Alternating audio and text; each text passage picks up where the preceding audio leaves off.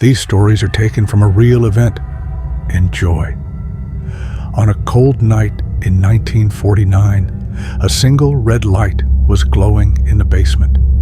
In this room were 4 people who hadn't slept for weeks. Michael, Daniel, Sarah, and Ethan. Their eyelids were bruised, their breathing uneven, and their tongues almost unable to form words. But the real problem for the researchers was this: they had begun to fear the sound of their own voices. One of the microphones was recording.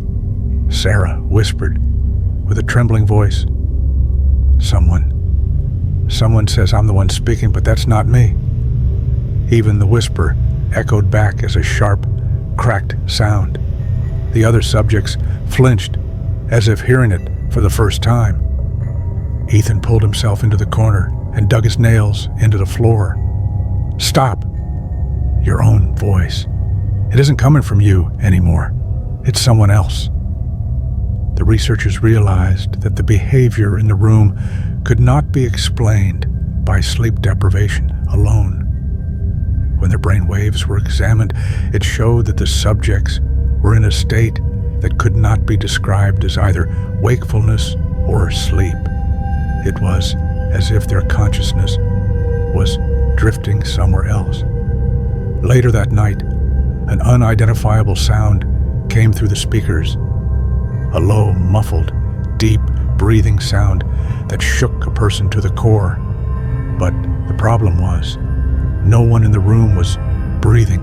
All the subjects were holding their breath, their eyes bulging as they stared at the ceiling.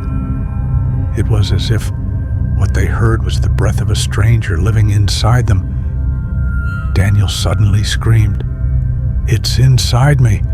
It's talking, but I'm not moving my lips." The other 3 covered their ears at the same moment. It was as if another voice lived inside their bodies, a voice they no longer knew belonged to whom. When morning came, the researchers decided to open the door. When they entered, none of the subjects looked at the door.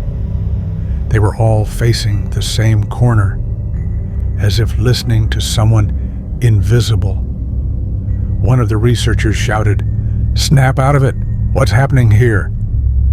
Michael slowly turned his head. His eyes looked less like human eyes and more like deep, hollow voids. And at that moment, he spoke, but the voice wasn't his. It was as if all the whispers in the room had merged into one muffled, ominous tone. "We didn't sleep, but he woke up." The researchers stepped back. "Who woke up?" They all said the same word at the same time, not from their mouths, but from within.